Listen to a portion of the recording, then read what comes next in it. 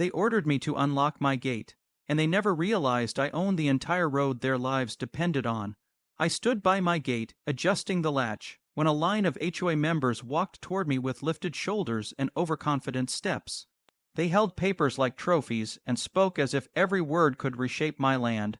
They told me my gate had to stay open, all day and night, no exceptions, but here's what they didn't understand. They confused loudness with authority. They confused rules with strength. They confused themselves with real power. I didn't argue. Real power doesn't need volume. They sent letters, slid notes under my door, tried surprise visits. They acted like my land belonged to them. While they pushed harder, I moved smarter. I spent hours digging through old maps, property records, and forgotten documents that most people never touch. I followed every line carefully, checking each boundary, tracing old filings, and noticing details everyone else ignored. And then I discovered one quiet truth: the road they relied on every day, the road that guided them home, that carried their routines, their schedules, their lives, was not owned by the HOA, it was not owned by the county. It wasn't owned by anyone, it was unclaimed and quietly available. The group that tried to control a single gate had never considered who really controlled the ground beneath their own cars.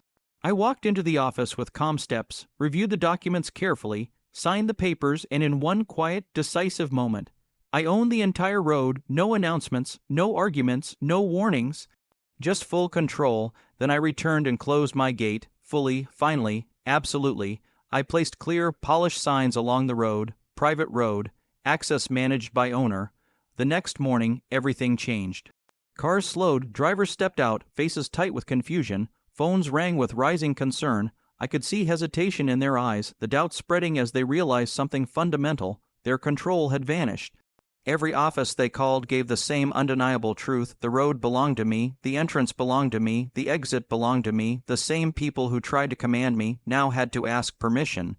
Meetings were requested. Emails poured in with softened tones. Their demands became cautious requests. Their confidence turned to careful restraint. I responded simply, calmly, with the rule they once tried to enforce: the property owner controls access. From that day forward, the road stayed under my authority. The neighborhood moved quietly, carefully, and my gate stayed closed. Not out of anger, but out of sharp, deliberate justice.